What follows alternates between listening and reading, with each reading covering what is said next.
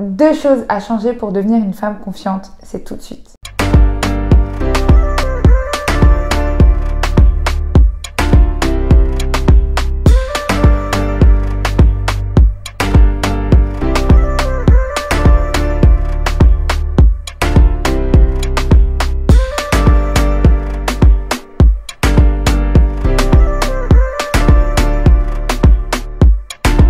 Hey, j'espère que vous allez bien, je suis ravie de vous retrouver dans cette nouvelle vidéo. Pour ceux qui ne me connaissent pas, je m'appelle Lila, je suis votre coach en développement personnel et chorégraphe danseuse. Je combine la danse à mes accompagnements pour faire de votre corps votre allié numéro 1. Et si ce n'est pas déjà fait, je vous invite à vous abonner, à liker cette vidéo et à activer la cloche pour ne rater aucune de mes vidéos.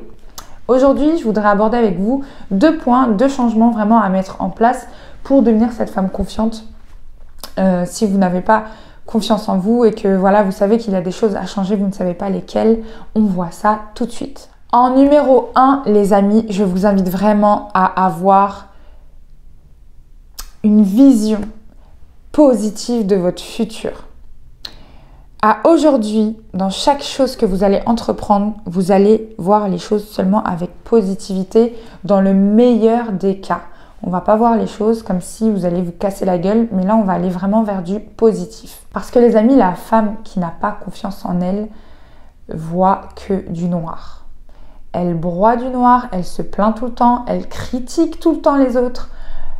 On n'est pas sur ce type de femme. Nous, on veut vraiment être une femme confiante, donc on va aller dans du positif. Ok, moi aujourd'hui, j'ai décidé de donner des cours de danse plutôt que de voir, ok, ça va prendre du temps avant que j'ai un certain nombre de personnes, etc. Je vois le positif. Ok, j'ai 5-6 personnes, ce sont des petits groupes dans mon cours de classe, mais je donne le meilleur de moi-même et je kiffe mes sessions de cours collectifs.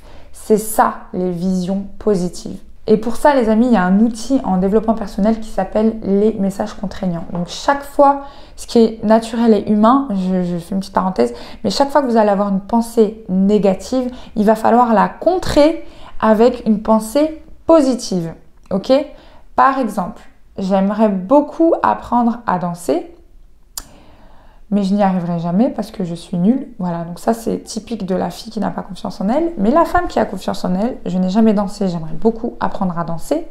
Je vais donner le meilleur de moi-même pour atteindre le niveau que je souhaite. Ok? Là, on est dans de la positivité, les amis. À chaque pensée négative, on réajuste avec du positif. Et faites-le vraiment systématiquement, sinon vous allez vous noyer dans vos pensées négatives. Faites attention à ça. En numéro 2, les amis, je le dis dans toutes mes vidéos, challengez-vous. Challengez-vous. Je vais vous raconter une de mes expériences personnelles. C'est quand je suis allée vivre à Londres. Donc, j'ai repris la danse en chorégraphie là-bas. Je me suis formée avec des professionnels pendant 2 ans.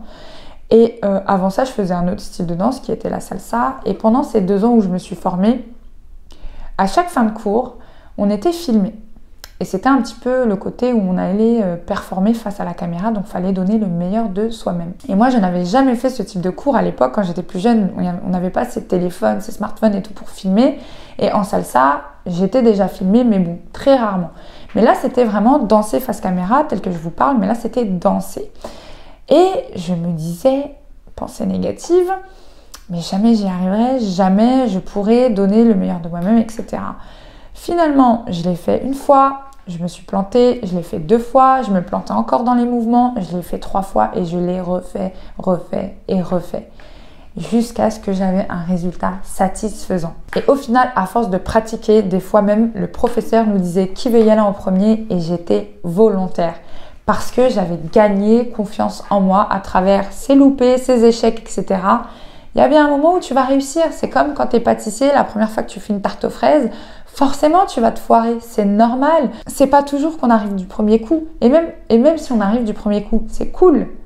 Mais est-ce que c'est comme ça qu'on gagne confiance en soi? Donc les amis, challengez-vous. Vous allez peut-être vous foirer 1 fois, 2 fois, 3 fois, 10 fois.